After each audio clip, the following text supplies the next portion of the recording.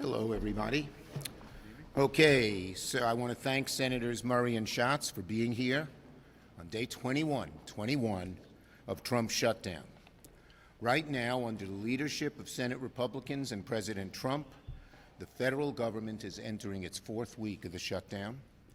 Tonight, we'll officially make it the second longest shutdown in American history, the longest total government shutdown in history. 21 days. 21 days of federal workers missing their paychecks, 21 days of families wondering how they're going to pay the rent or pay for child care, 21 days of dysfunction by this administration because the party in power would rather suffer a shutdown and negotiate with Democrats to lower costs. While millions of Americans are feeling the squeeze, the House is on vacation, and Senate Republicans, well, they're at the White House today, not for negotiations or to work on any path out of the shutdown, but for a pep rally.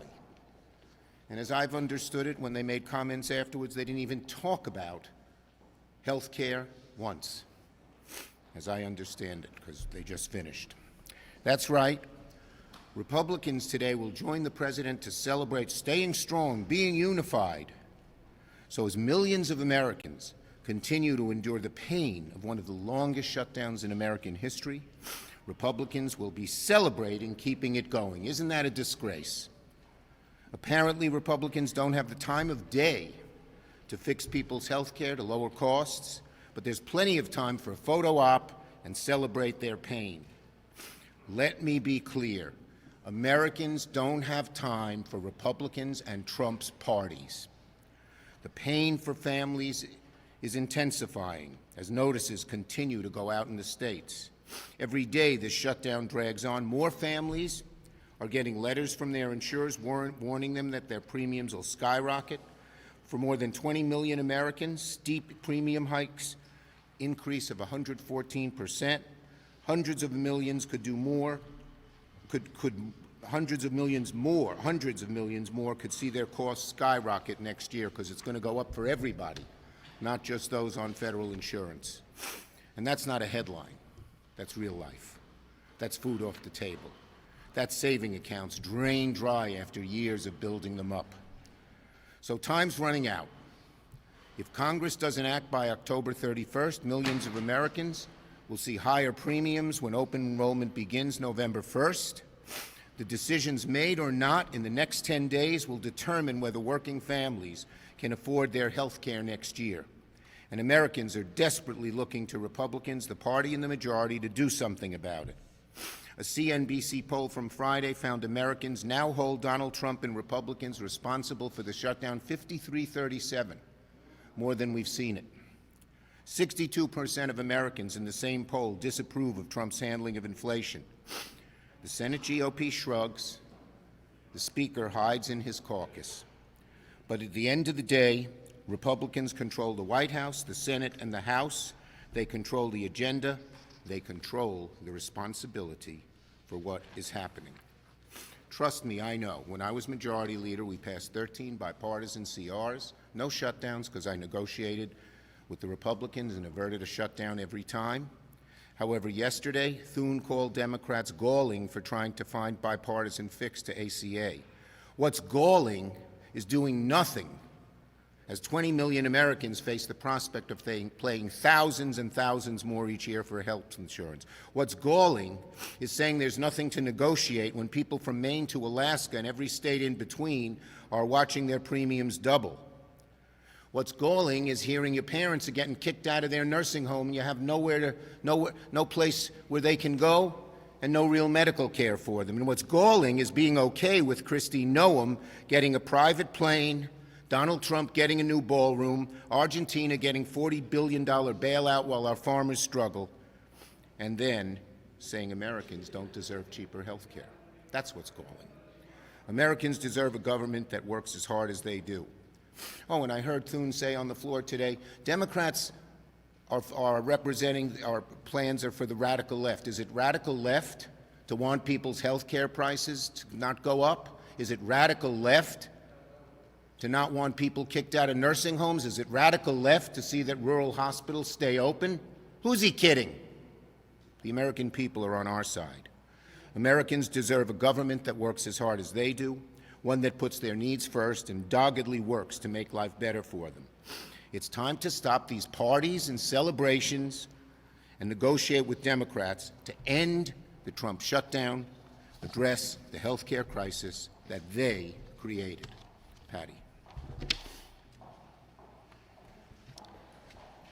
Well, President Trump could not be less focused on reopening the government or preventing premiums from exploding, but he is very focused on bailing out Argentina and buying private jets for Secretary Noem and bulldozing the White House so he can build a fancy new ballroom, even in the middle of a shutdown. Meanwhile, Republican leaders are sticking their heads in the sand and doing nothing beyond the same failed partisan vote over and over and over again. In a shock to no one, Republicans' decision to ignore reality has done nothing to change it. While House Republicans can't even be bothered to come back and do their jobs for over a month now, healthcare premiums are right now going through the roof. And you don't have to take my word for it. Window shopping started in my state of Washington today, and it is going to start in many other states as well.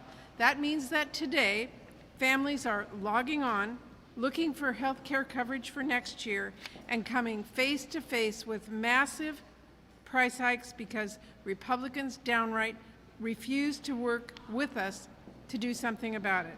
I have heard from families whose premiums are doubling or even worse. I have spoken to small businesses. Their owners are realizing that they may have to close up their shop or give up their health care. And this is not just happening in Washington State.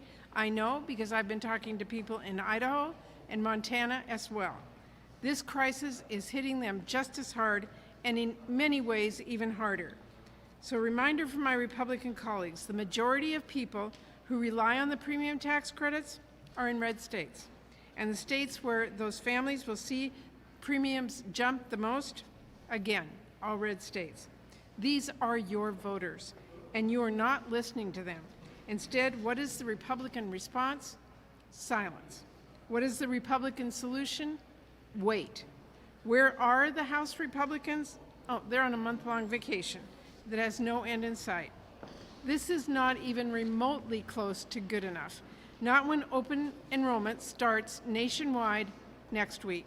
Not when it has already started in Idaho, and not when families are window shopping right now and seeing astronomical prices. The Republican leader's plan is to do nothing while those prices get locked in and people get priced out of their health care. Don't tell us to wait. Don't tell us to ignore this problem. Republicans have had all year to get serious about health care. Instead, they focused on tax cuts for billionaires, and they did not tell them to wait for new tax breaks. But now they are forcing working families to wait until those devastating price hikes are unavoidable. I mean, Republicans have actually talked more about health care during the shutdown than they have all year. But they are still refusing to talk about solutions. Wait is not a solution. Maybe we should have repealed Obamacare. That is not a solution. Saying we have a plan again, over and over and over again, is not a solution. Here's my clear message to Republican leadership. Stop wasting time. Stop ignoring your constituents and come to the negotiating table so we can work out a bill to reopen the government and prevent the healthcare cost crisis. Democrats are here. We are ready to get this done, but with window shopping underway and open enrollment right around the corner, Republicans need to understand there is not time to waste. Senator Schatz. 2 points. The first thing is that this is not about money. There is enough money to bail out Argentina with $20 billion. There is enough money to purchase a brand new aircraft for $173 million for the Homeland Security Secretary. There is enough money to renovate the White House ballroom. What there's not enough money for under this Republican government is you. There's not enough money for you. And it is astonishing to me that the party in charge of the government literally won't show up to work during the second longest shutdown in American history. House Republicans have been gone for more than a month. More than a month. They've worked 2 weeks out of the last 3 months. Nice work if you can get it. You were all here. We were here. 2 weeks out of the last 3 months, they've even been in the United States Capitol. And so there is only one way out of this shutdown, and it starts with the House of Representatives reporting for duty.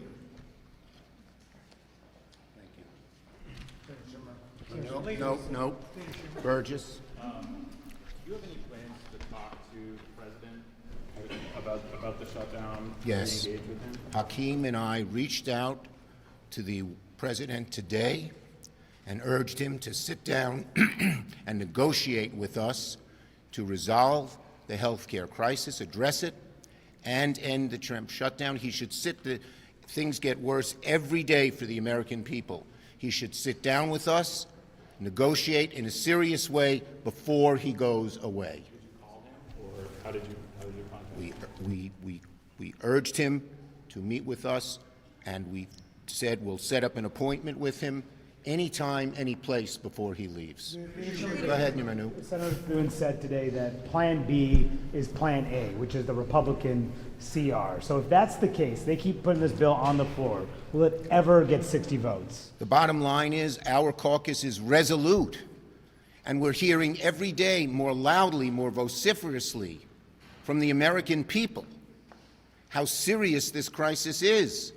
Paying thousands of dollars more for health care, wondering if you can provide a quality life in terms of health for your children when you may have to lose your doctor, lose your hospital, when elderly leave nursing homes or kicked out of nursing homes. So the American people are hearing from it, and the Republicans are now saying, oh yes, before they said we don't want to talk about health care, but they're feeling the heat. So they're now saying, oh yes, we want to talk about health care, but the only way to solve this is sit down and negotiate with us in a serious way. Yes. You mentioned Maine at the top. There's obviously an important Senate race happening there. Are you supporting Governor Janet Mills in the primary, and do you consider Graham Plattner's recently unearthed comments disqualifying? Look, I'll let the people of Maine decide the second. We think that Janet Mills is the best candidate to retire Susan Collins. She's a tested two-term governor, and the people of Maine have an enormous amount of affection and respect for her. Yes. There will come a time where the impacts of this shutdown are irreversible. Food stamps will start to dry up at the end of next month. Are Democrats at least in part to blame for some of that pain because you are the ones holding We have on? a very simple request. Sit down and negotiate. The American people are aghast. Any observer, objective observer, is aghast that here on this serious problem, they won't even negotiate with us. So the onus is on them to sit down. But that is why we have urged, Hakeem and I have urged Trump to sit down with us and seriously negotiate before he goes away. Yes. Why didn't your party extend the enhanced Obamacare subsidies longer in the 22 reconciliation bill? And Let's not have straw men here. We asked 3 times for them to extend it this year, and 3 times they voted no. So they're the ones who are not doing this, not us. Yes, last one. Leader Schumer, leaders going to offer to negotiate on the Affordable Care Act with you if you reopen the government. Why won't you take the deal? The bottom line is that's no deal. That's a partisan plan that leaves the American people high and dry. And they've asked us for 45 days and 45 days and 45 days. When they say another 45 days, later to them means never. We have to get them to the table and negotiate with us now. I'll call on one more person. Yes. Are you going to weigh in on the New York City mayoral race? You know, as I said, I've worked with Mondani before, and we're continuing to have conversations. Thank you, everybody.